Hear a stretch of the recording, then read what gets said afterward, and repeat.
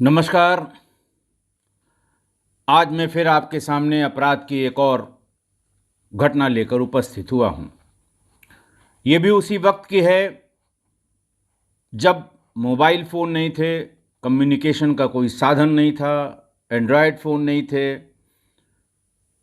GPRS location की कोई सुविधा नहीं थी, सीसीटीवी कैमरे नहीं थे। आज की घटना भी उसी वक्त की है, वर्ष 1996 की। एक उस समय बहुत सनसनीखेज घटना हुई थी। तारीख थी 24 अप्रैल। घटना स्थल था बांदा। बांदा के गांव अरबई के पास गांव के कुछ लोग भागते हुए सुबह 9:30 बजे थाना कोतवाली बांदा में आए और उन्होंने बताया कि साहब बड़ा गजब हो गया। रेल की पटरी पर 5-6 नौजवान लड़कियों का शव छत विछत पड़ा हुआ है।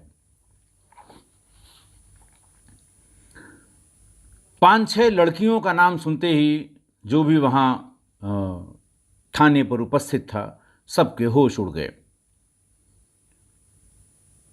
इंस्पेक्टर कोतवाली सादे में ही चप्पल पहने हुए गाड़ी पर बैठे और भागे अपने सिपाहियों के साथ। वहां पे जाके जो उन्होंने मंजर देखा, उनकी भी रूह कांप गई। करीब 100 मीटर 150 मीटर के इलाके में लड़कियों के, महिलाओं के तमाम कटे फटे अंग पड़े हुए थे। एक साबित धड़ पूरा का पूरा 2 पटरियों के बीच में था। बाकी सब इधर उधर छितराए हुए थे। सब लड़कियां थीं, क्योंकि सबके जो कपड़े थे वो सलवार कुर्ता या साड़ी जैसे थे। कहां से शुरू किया जाए ये उनकी समझ में नहीं आ रहा था। फिर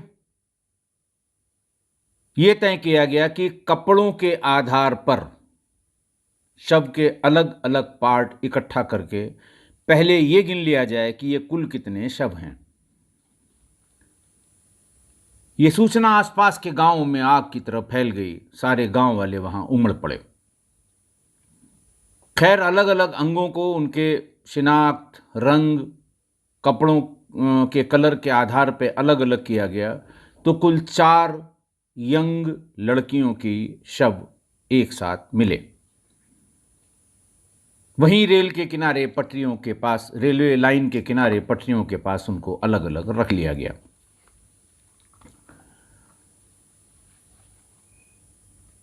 आसपास के लोग आते रहे। इस बीच में उन लड़कियों में से ज़्यादातर के कपड़े फट गए थे, शरीर पर से निकल गए थे।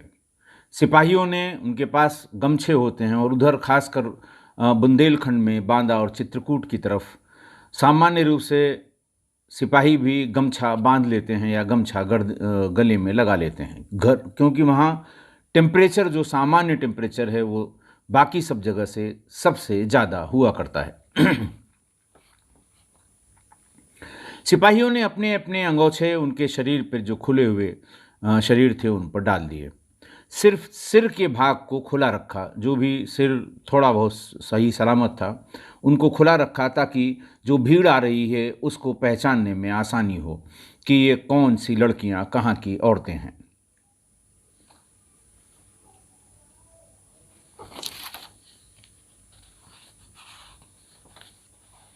तब तक आसपास के लोगों में मरमरिंग शुरू हुई, जो देखने आए थे कि फलां की लग रही है, ढिकाना की लग रही है। शुरू में ये अंदाज़ा लगाया गया कि शायद ये एक ही परिवार की सब महिलाएं होंगी, क्योंकि ये भी कभी कभी देखा गया है कि किसी परेशानी की वजह से, आर्थिक तंगी की वजह से, या फिर और कोई ऐसी परेशानी है किसी के परेशान करने की वजह से, ज़मीनों के मुकदमेबाजी की वजह से पूरा परिवार एक साथ आत्महत्या कर लेता है, या परिवार में ही आपसी किसी 2 व्यक्तियों के बीच मनमुटाव के कारण पूरा परिवार आत्महत्या कर लेता है। यही परसेप्शन वहाँ भीड़ के पास और पुलिस में भी था कि शायद ये लड़कियाँ एक ही परिवार की हैं और किसी ऐसे कारण से, जो एक साथ, जो एक सारा एक कारण जो सब पर लागू होता है, उसकी वजह से इन्होंने आत्महत्या कर ली है। क्योंकि जब असहनीय पारिवारिक परेशानियां, तंगी ये होती है, तब इस तरह की घटनाएं इक्का दुक्का हुआ करती हैं। लगभग 2 घंटे बाद धीरे धीरे शवों की पहचान शुरू हुई। इसी बीच में DM, SP, additional SP, city magistrate, ADM सारे अधिकारी पहुंच गए। इतनी बड़ी संख्या में कम उम्र की लड़कियों के शव देख के सभी आश्चर्यचकित थे। जब चारों की पहचान हुई तो ये पता लगा कि हैं तो सब एक ही गांव के, लेकिन एक ही परिवार की नहीं हैं। सब अलग अलग परिवार की लड़कियां हैं और ये गांव है अरबई। ये भी पता लगा कि इनमें से 2 शादीशुदा हैं। एक की शादी 3 दिन बाद यानी 27 अप्रैल 1996 को थी और एक लड़की अविवाहित थी। एक तो कोई कॉमन कारण या सामान्य कारण ऐसा नहीं था जो चारों पर लागू हो, इसलिए चारों ने आत्महत्या की। चारों की पारिवारिक परिस्थितियां अलग अलग थीं। चारों की विवाहित अविवाहित होने की जो स्टेटस था उनका वो अलग अलग था, पर उम्र सबकी एक साथ, हम उम्र लड़कियां थीं। किसी भी 2 लड़की में 1 साल से अधिक का अंतर नहीं था। गांव वालों ने वहीं मौके पर बताया कि साहब ये बहुत अच्छी दोस्त हैं। सवेरे के समय शौच जब जाती हैं तो एक साथ जाती हैं और शाम को जाती हैं तो एक साथ जाती हैं। इसको छोड़ के बाकी कोई चीज़ उन चारों में कॉमन नहीं थी। लेकिन दोस्त होना और एक साथ आत्महत्या कर लेना या एक साथ उनकी हत्या हो जाना, इसके पीछे का कारण अब तक स्पष्ट नहीं हो पाया था। खैर, भीड़ चूंकि 1000 के ऊपर हो गई तो तत्काल वहाँ से बॉडीज़ को हटाया जाना उचित माना गया। चारों शव के जो हिस्से थे अलग अलग इकट्ठा करके एक जगह रखे गए थे। उनका किसी तरह पंचनामा यानी पंचायतनामा भरा गया, महिला पुलिसकर्मियों को बुलाकर। उसके बाद उन्हें गट्ठर जैसी शक्ल में बांध दिया गया, क्योंकि और कोई चारा नहीं था। किसी भी लड़की का कोई अंग सलामत नहीं था। गट्ठर में बांध के उसको सील किया गया और फौरन गाड़ी से पोस्टमार्टम हाउस के लिए रवाना कर दिया गया। पूरा गांव ये समझ नहीं पा रहा था कि आखिरकार ये चारों अलग अलग परिवार की, अलग अलग बैकग्राउंड की, मैराइटल स्टेटस इनका शादीशुदा या गैर शादीशुदा, सब अलग अलग, एक साथ ही आत्महत्या कैसे कर सकती हैं। कोई उसमें बहुत वेल टू डू फैमिली यानी अच्छे किसान की फैमिली का, कोई एकदम मजदूर की फैमिली का। तो चारों अलग अलग बैकग्राउंड की, अलग अलग स्टेटस की महिलाओं ने या लड़कियों ने, यंग लड़कियों ने एक साथ सुसाइड किया। ये बात किसी के गले उतर नहीं रही थी और शायद इसीलिए गांव वालों के मन में ये शंका तुरंत घर कर गई कि ये सुसाइड नहीं है, ये इनकी हत्या हुई है। और हत्या को आत्महत्या की शक्ल देने के लिए इन चारों को ट्रेन के सामने फेंक दिया गया। इसीलिए पुलिस को भी और बाकी लोगों को भी पोस्टमार्टम रिपोर्ट का इंतज़ार होने लगा कि हो सकता है पोस्टमार्टम रिपोर्ट में ये क्लियर हो कि इनके साथ हत्या हुई है कि आत्महत्या हुई है। चारों का पोस्टमार्टम हुआ, पोस्टमार्टम रिपोर्ट भी आ गई। सभी शरीर के जो चारों शरीर सील करके भेजे गए उन सब में 25-30 से ज़्यादा चोटों का जिक्र है, लेकिन ज़्यादातर लेसरेटेड वूंड्स हैं। घिसट के कारण 1-2 शार्प कट के अलावा लेसरेटेड वुंड हैं। क्लियर एजेज नहीं हैं जहाँ पर भी कट मार्क्स हैं, सब में लेसरेशन मौजूद था। Hit by hard and blunt object. चोटों के नेचर के बाद जो डॉक्टर की ओपिनियन थी कि ये क्लियर कट एक्सीडेंट है, ये क्लियर कट आत्महत्या है और इसमें हत्या जैसी कोई बात, कोई ऐसे जख्म, कोई ऐसी चोट या कोई ऐसी बात नहीं, बल्कि एक चीज़ और मांगी गई थी कि क्या इनके साथ बलात्कार हुआ है। हालांकि शव की स्थिति ऐसी नहीं थी कि उसको एक बार में देख के बलात्कार के बारे में महिला डॉक्टर कोई रिपोर्ट दे सके। लेकिन फिर भी जो प्राइमरी इन्वेस्टिगेशन है वो कंडक्ट की गई, स्लाइड्स बनाए गए, सब किया गया। बाद में किसी भी तरह के किसी दुराचार की बात नहीं आई। पुलिस के लिए ये बहुत ज़्यादा परेशान करने वाली बात थी, क्योंकि अखबार और पब्लिक ओपिनियन ये इसको हत्या बता रहे थे और पुलिस के एक्सपीरियंस के हिसाब से परिस्थितियां इसे आत्महत्या बता रही थी। लेकिन हत्या या आत्महत्या दोनों ही स्थितियों में कारण का पता करना आवश्यक था। कोई नहीं मानता अगर आप बिना कारण के इसको हत्या या बिना कारण के आत्महत्या बता देंगे। हत्या है तो कारण होना चाहिए और हत्या करने वाले होने चाहिए, किसने हत्या कर दी। और अगर आत्महत्या है तो ऐसा कोई कारण होना चाहिए जो चारों पर लागू होता हो। एक या दो तो कर सकती हैं, लेकिन बाकी दो ने क्यों साथ दिया? ऐसा तो नहीं कि दो आत्महत्या करने गई, बाकी दो की हत्या हो गई। तमाम कॉम्बिनेशन में लोग बात कर रहे थे, कोई ये मानने को तैयार नहीं था कि ये आत्महत्या है। सबसे पहले गांव वालों के बयान लिए गए। महिलाओं ने बताया कि चारों एक साथ सुबह और शाम शौच क्रिया के लिए घर के बाहर जाती थीं और उस दिन भी उसी टाइम पर शौच के लिए निकली थीं। और आप जानते हैं गांव में महिलाओं के लिए ये बड़ा कष्टप्रद है कि उजाला होने के पहले और अंधेरा शुरू होने के बाद सुबह और शाम को वो शौच के लिए बाहर जाती हैं। ये बात मैं वर्ष 1996 की बता रहा हूँ। अब तो स्थितियाँ बहुत सुधरी हैं, हर घर के सामने आपको एक शौचालय बना हुआ मिलेगा। अपनी मर्जी से कोई जाना चाहे तो बाहर शौच के लिए जाए, वरना अब महिलाओं और लड़कियों के लिए उनके घर के सामने ही ये इंतज़ाम, सरकारी इंतज़ाम किया गया है। पर सभी लोगों ने, सभी महिलाओं ने या घर वालों ने ये बताया कि साहब ये शौच के लिए गांव की कोई महिला कभी रेलवे लाइन की तरफ नहीं जाती।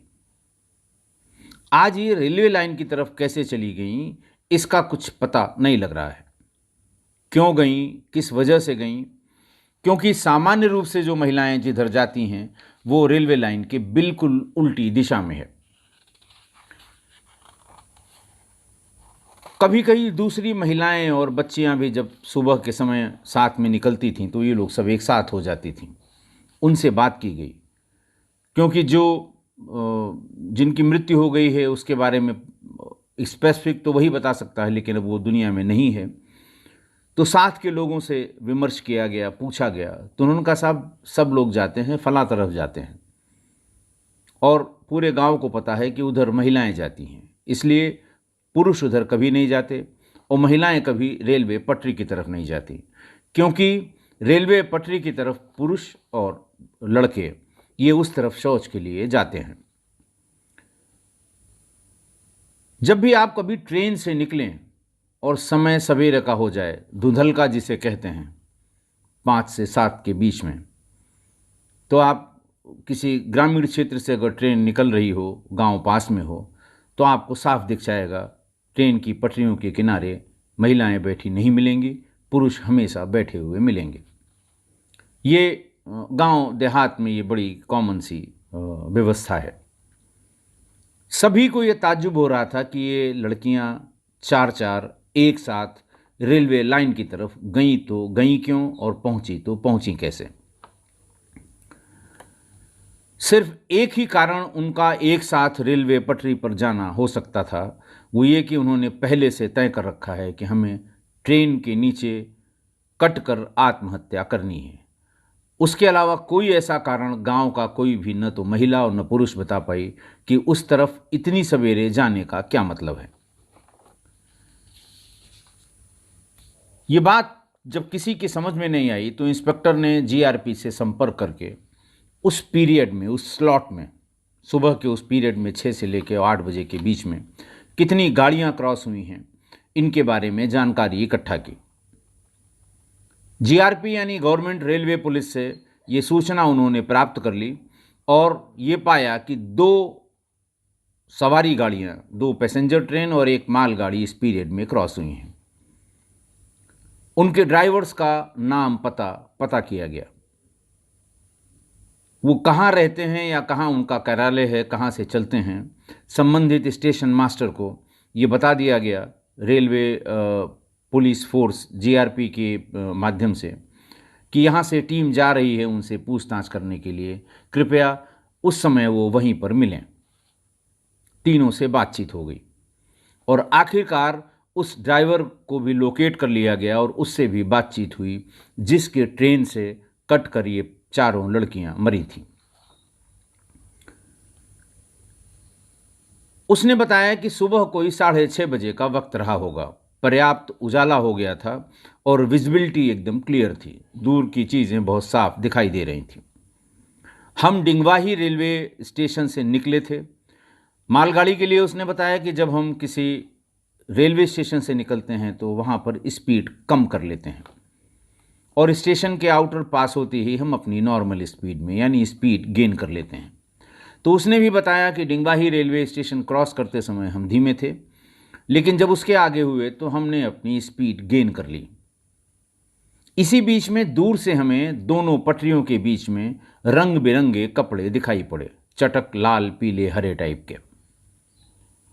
तो पहले तो कुछ समझ में नहीं आया कि आखिर किस वजह से ये कलर्ड कपड़े वहाँ पर हैं।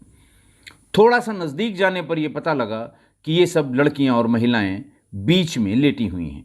पूरा शरीर दोनों पटरियों के बीच में है, गर्दन या सिर का हिस्सा पटरी पर है। एक आध का लेटना इस तरह या एक आध व्यक्ति का या लड़का या लड़की का, पुरुष या स्त्री का इस तरह से लेटना तो कॉमन है, अपनी सर्विस के दरमियान बहुत बार उन लोगों ने देखा है। लेकिन एक साथ उसका ये कहना था कि मैं गिन नहीं पाया कि कितने थे, लेकिन मुझे ऐसा लगा कि 4-5 लड़कियां एक साथ लेटी हुई हैं। मैंने उसी समय जैसे ही विजिबिलिटी में क्लियर हुआ हॉर्न बजाना शुरू कर दिया। कई बार हॉर्न बजाने के बाद भी देखा कि वो हट नहीं रही हैं। एकदम हम नज़दीक आ गए। मुझे ये अंदाज़ था कि कभी कभी बच्चे ऐसा खिलवाड़ करते हैं कम उम्र के कि गाड़ी दूर देख लेते हैं, ट्रेन के बीच में पटरियों के बीच में खड़े हो जाते हैं, नज़दीक आते ही कूद के इधर उधर हो जाते हैं। मुझे ये अंदाज़ लगा कि शायद जो भी लड़कियां हैं वो भी शायद इसी तरह का कुछ उनके दिमाग में है, गाड़ी नज़दीक आ जाएगी, कूद के ये हट जाएंगी।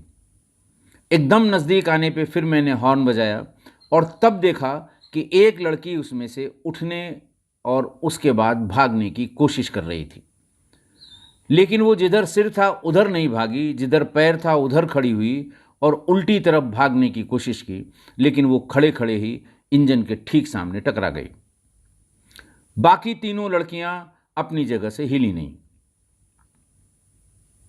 चूंकि उनका सबका शरीर दोनों पटरियों के बीच था, पहिया जब चढ़ी होगी तो शरीर में हरकत हुई होगी, तो नीचे जो डिब्बों के पहियों के बीच का एक्सेल होता है और तमाम पाइप्स और रॉड्स उसमें से निकले होते हैं, ऐसा लगता है कि वो शरीर उनसे टकराकर छत विछत हो गया होगा।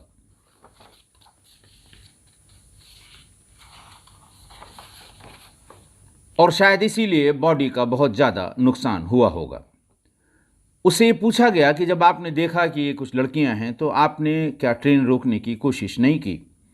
उसने कहा, साहब हम इतनी स्पीड गेन कर चुके थे कि हमारा ब्रेक लगाना असंभव था, मैं कर ही नहीं सकता था उसे, कोशिश करके भी मैं नहीं कर सकता था। अल्टीमेटली हम कितना भी कम करते, उन लड़कियों के शरीर से वो ट्रेन पास हो जाती।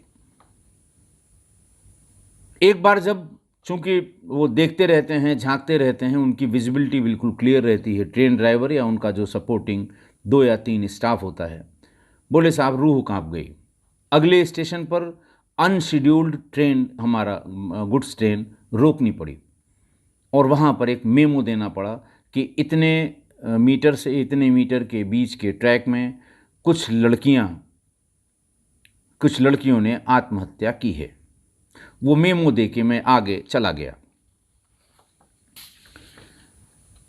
ट्रेन ड्राइवर के इस बयान से ये तो स्पष्ट हो गया कि ये मामला आत्महत्या का है। इसमें हत्या जैसी कोई बात ट्रेन वाले ने नहीं बताई। ट्रेन के ड्राइवर के सामने जो कुछ हुआ वो 100% आत्महत्या का ही मामला था। अब ये और क्लियर करना था कि उनमें से जो लड़की उठकर भागने का प्रयास कर रही थी वो कौन सी लड़की थी, क्योंकि चारों किस किस स्थान पे ओरिजिनली लेटी थी और बॉडी कहाँ कहाँ पाई गई, ये डिस्टिंग्विश करना किसी के लिए किसी के बूते की नहीं थी। ये पता लगाना बहुत मुश्किल था कि वो किसने भागने की कोशिश की, और इम्पॉर्टेंट ये कि क्यों भागने की कोशिश की। जब ये तय हो गया कि आत्महत्या है तो उसका भी कारण होना चाहिए। पुलिस के लिए फिर परेशानी का कारण बना कि अगर आत्महत्या है चारों अलग अलग फैमिली की, अलग अलग बैकग्राउंड की, तो आखिर क्यों एक साथ आत्महत्या की गई। अखबार वालों ने इतना लिखा कि एसपी बांदा ने 4 टीमें बनाई, हर लड़की के परिवार के लिए एक टीम, और उनको स्पेसिफिक टास्क दिया बुला के। हर टीम में महिला पुलिसकर्मी शामिल की गई कि हर लड़की के पारिवारिक पृष्ठभूमि के बारे में पता करें। क्या पिछले कुछ दिनों से इनमें से कोई भी किसी मानसिक तनाव से गुजर रही थी, किसी की कोई रंजिश या कॉमन रंजिश, किसी का कोई प्रेम प्रसंग अगर है तो ऐसी कोई समस्या जिसका संबंध चारों से है, इसका खासकर पता लगाने की कोशिश की जाए। लड़कियों की सभी रिश्तेदारियों में ये टीम जाकर कोशिश करे ये जानने की कि लड़की या लड़की के परिवार में ऐसा क्या गड़बड़ है या ऐसी क्या दिक्कत है कि उन्होंने आत्महत्या करने की सोची। हो सकता है एक से अधिक लड़कियों के परिवार में ऐसी कोई, जैसे आर्थिक तंगी है, राशन की दिक्कत है, शादी के लिए पैसे की दिक्कत है, तरह तरह की समस्याएं गांव में, ग्रामीण क्षेत्र में होती हैं। ये स्पेसिफिक टास्किंग करके चारों टीमें रवाना कर दी गई और बहुत डिटेल में इन्वेस्टिगेशन की गई। उसका कारण ये था कि अखबारों ने इतना लिखा कि डीजी ऑफिस पे बहुत दबाव बना कि आप इसके कारणों की जांच करें कि यह हत्या है कि आत्महत्या है। अगर हत्या है तो जो इसमें मुलजिम हैं, जो इसमें अपराधी हैं, उनको सज़ा मिलनी चाहिए, और अगर आत्महत्या है तो क्यों आत्महत्या है, क्या कारण है, ताकि सबको ये बात गले से सबके उतर जाए कि हाँ, ये आत्महत्या ही हो सकती है, इसके सिवा कुछ नहीं हो सकता। पूरी जांच रिपोर्ट के साथ सीओ सिटी बांदा को लखनऊ तलब किया गया डीजी ऑफिस में कि आप पूरी जांच रिपोर्ट कप्तान साहब की दस्तखती उसको लेकर आइए, यहाँ उसका परीक्षण किया जाएगा कि आपकी जांच से जो बात निकल कर आई है वो सही है कि गलत है। सीओ सिटी बांदा वो रिपोर्ट लेकर डीजी ऑफिस आए, वहाँ उसका परीक्षण कराया गया और शाम को डीजी ऑफिस से एक प्रेस नोट सभी अखबारों के दफ्तर में भेजा गया। चूंकि हम लखनऊ में ही पोस्टेड थे, शाम को अखबार वालों से पता लगा कि साहब उसमें जांच हो गई है और उसमें सामूहिक आत्महत्या का ही प्रकरण पुलिस की जांच में आया है। अगले दिन अखबारों से मुझे पता लगा कि सीओ सिटी झांसी आए हैं यहाँ पर डीजी ऑफिस, वो रिपोर्ट लेके आए हैं। उस पर डीजी ऑफिस के अधिकारियों ने डिस्कशन किया और उसके बाद फिर प्रेस को ये बताया गया कि ये सामूहिक आत्महत्या का ही प्रकरण है, इसमें हत्या जैसी कोई बात जांच में प्रकाश में नहीं आई है। सीओ सिटी बांदा चूँकि मेरे साथ, मुझसे 2 बैच सीनियर थे और मेरे साथ जौनपुर में तैनात थे, अखबार में उन्हीं का नाम निकला था। मैंने उनके बांदा के दफ्तर में फ़ोन करके ये बताया कि वो शायद लखनऊ आए थे, अगर गए न हों तो उनसे बता दीजिएगा मेरे ऑफिस के इस नंबर पर या मेरे घर के इस नंबर पर मुझसे बात कर लें। आप समझ सकते हैं उस समय मोबाइल कोई था नहीं, लैंडलाइन का ही यूज़ कर सकते थे वो कहीं से भी। खैर, उन्होंने दिन में 1-2 बार, हम लोगों की भी आदत थी कि दिन में 3-4 बार कहीं न कहीं से ऑफिस या घर पे फ़ोन कर लेते थे कि कोई ज़रूरी फ़ोन तो नहीं आया, कोई इम्पॉर्टेंट बात तो नहीं हुई। पुलिस वालों से बहुत दिक्कत इसलिए नहीं थी कि जब उनको पता लगा कि ऑफिस में फ़ोन पर नहीं हैं तो वो कंट्रोल रूम से फ़ोन करवा देते थे या सेट पे कह देते थे कि फ़लाँ आदमी से इस नंबर पर बात कर लें, तो उनसे बात हो जाती थी। उनको कम्युनिकेट हुआ और शाम को उनका फ़ोन आया। मैंने पूछा कि सर आपने ये रिपोर्ट सबमिट कर दी, समझ में नहीं आ रहा है, अखबारों में रोज़ हम लोग पढ़ते हैं कैसे कंक्लूड किया गया और कैसे, ये जिज्ञासावश सिर्फ ये जानने के लिए कि हमारी भी चूँकि बहुत नौकरी नहीं हुई थी, कुल 5-6 साल की नौकरी थी, तो इसलिए हम ये जानने की कोशिश कर रहे थे कि क्या कैसे इन्फ्रेंस इन्होंने ड्रॉ किया। तो उन्होंने बताया कि देखिए 2 इसमें शादीशुदा थीं और दोनों शादी होने के बाद पहली बार जब मायके आईं तो अपने ससुराल नहीं जाना चाहती थीं। उन दोनों के ससुराल में ससुराल वाले बहुत तंग कर रहे थे। पति भी मारता पीटता था और सास ससुर भी मारते पीटते थे, घर का सारा काम कराते थे। इतना परेशान हो गई कि उनकी रूह कांपती थी दोबारा अपने ससुराल जाने में। तीसरी की शादी 27 को तय थी, 24 को उन्होंने आत्महत्या की है, 27 को शादी उसकी होनी थी। अपनी उन 2 सहेलियों की बात सुन सुनकर वो इतना डर गई कि वो लगभग हर दिन अपनी माँ से कहती थी कि मुझे अभी शादी नहीं करनी है। घर की औरतें जब पूछती हैं क्या बात है तो वो इन्हीं दोनों का हवाला देती थी कि देख लीजिए क्या हाल होती, शादी में गई हैं, किस तरह से होकर लौटी हैं, और जब कोई बताता है उनको कि ससुराल वाले उसको लेने के लिए आए हैं तो रोने लगती हैं, रूह कांपने लगती है। ये बात सुनते ही उसको डांट डपट के चुप करा दिया जाता है कि वो भी गई है, फिर जाएगी और तुमको भी जाना है।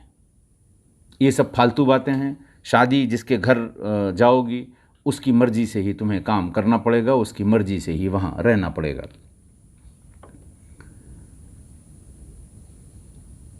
चारों परिवारों से बात करके जांच अधिकारी ने अपना एक अनुमान लगाया कि साहब चूंकि 2 ससुराल के उत्पीड़न से आजिज थीं और वो अपनी ये बातें दोनों सहेलियों से शेयर करती थीं। एक की शादी 3 दिन बाद होने वाली थी और एक के घर वाले शादी ढूंढ रहे थे। ऐसा लगता है कि उन चारों ने जब आपस में बात हुई होगी तो ये सोचा होगा कि बजाय इसके कि शादी हो के हम ससुराल जाएं या हम विदा हो के ससुराल जाएं और वहाँ पे इतनी दुर्गति झेलें, इससे बढ़िया है हम लोग कट के मर जाते हैं।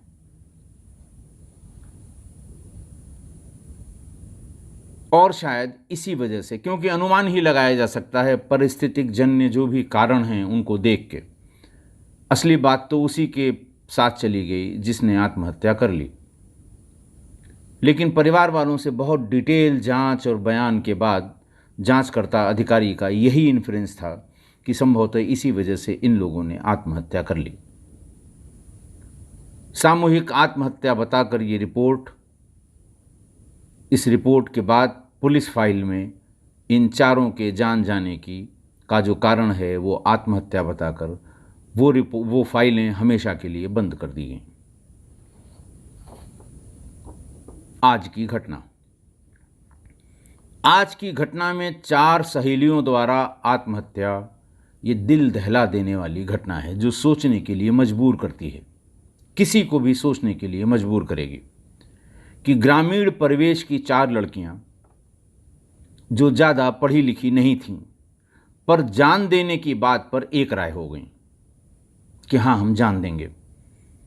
ये कोई साधारण बात नहीं है। अगर ये दोस्ती निभाने वाली बात थी तो लड़कियों की इस दोस्ती की मिसाल आने वाले कई दशकों तक दी जाएगी कि दोस्ती हो तो ऐसी हो। एक को तकलीफ हुई, चारों ने जान दे दी, 2 को तकलीफ हुई, चारों ने जान दे दी, अगर ये दोस्ती की बात है। पर अगर किसी परेशानी के कारण और सिर्फ परेशानी का पूर्वानुमान लगाकर आत्महत्या के लिए ये चारों एक राय हुई हैं तो ये हमारी सामाजिक संरचना में किसी खोट की तरफ इशारा करती हैं कि हम में कोई कमी है, सोसाइटी में कोई कमी है, कि हम इनको संरक्षण नहीं दे पा रहे हैं। क्योंकि ये उस समय की बात है जब कम्युनिकेशन का कोई जरिया नहीं था किसी तरह का। और ये भी सच है कि उस ज़माने में लड़कियों के साथ ससुराल में बहुत दुर्व्यवहार होता था। उसी समय मैंने सर्विस शुरू की थी। उस ज़माने में जो दहेज हत्या के मामले थे, आज उनकी संख्या उस ज़माने की संख्या की तुलना में बहुत कम है। कारण ये था कि एक बार जब वो ससुराल लड़की चली गई तो उसके साथ जो कुछ भी हुआ, जब वो 2 महीने, 4 महीने, 6 महीने, 8 महीने बाद वापस मायके आएगी, तभी मायके वालों को पता लगेगा कि उसके साथ क्या हुआ।